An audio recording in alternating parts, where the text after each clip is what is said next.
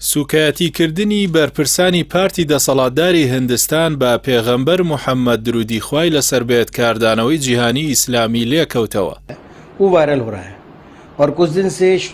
پاش سوکایەتی چەند بەرپرسێکی پارتی بەهاراتیا جاناتا پارتی دەسەڵاتداری هیندستان بە پێغەمبەری ئیسلام درودی خوای لەسەر ناڕەزایەتی گەورە لە جیهانی ئیسلامی لەسەر ئاستی خەڵک و حکومەت و ڕێکخراوەکان دروست بوو.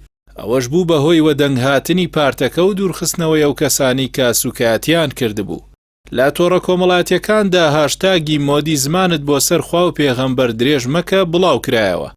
لە سعودیە و میسر و زۆربەی وڵاتە عەرەبیەکان بووە بەر بڵاوترین هاشتاگ.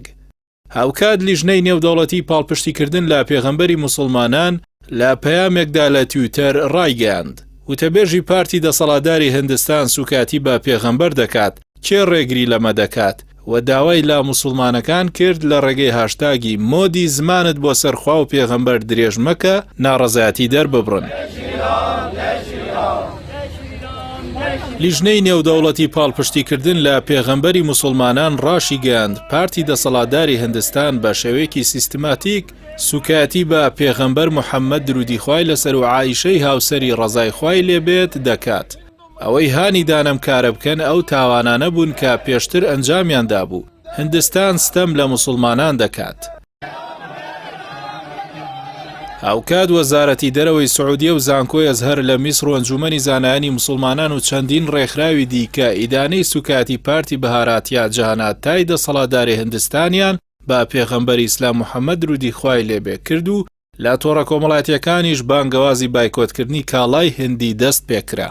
ئەو ناڕەزایەتی و فشارانەش پارتی دەسەڵاتداری هیندستانیان ناچار کرد ئەو کەسانی کە سوکاتیان کردبوو لە پارتەکە دەربکات و ناچار بە داوای لێبوردنیان بکات.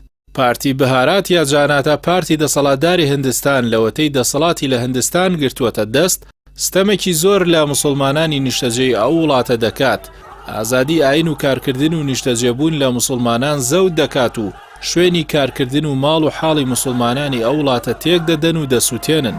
هەروەها لە چەندین ویلایەتی ئەو وڵاتە لە ڕێگەی دادگاکانەوە ئازادی پۆشینی حیجاب لە ئافرەتانی موسڵمانان لە زانکۆ و قوتابخانەکان زەوت دەکات و ڕێگری دەکات ئافرەتان لە شوێنە گشتیەکاندا حیجاب بپۆشن.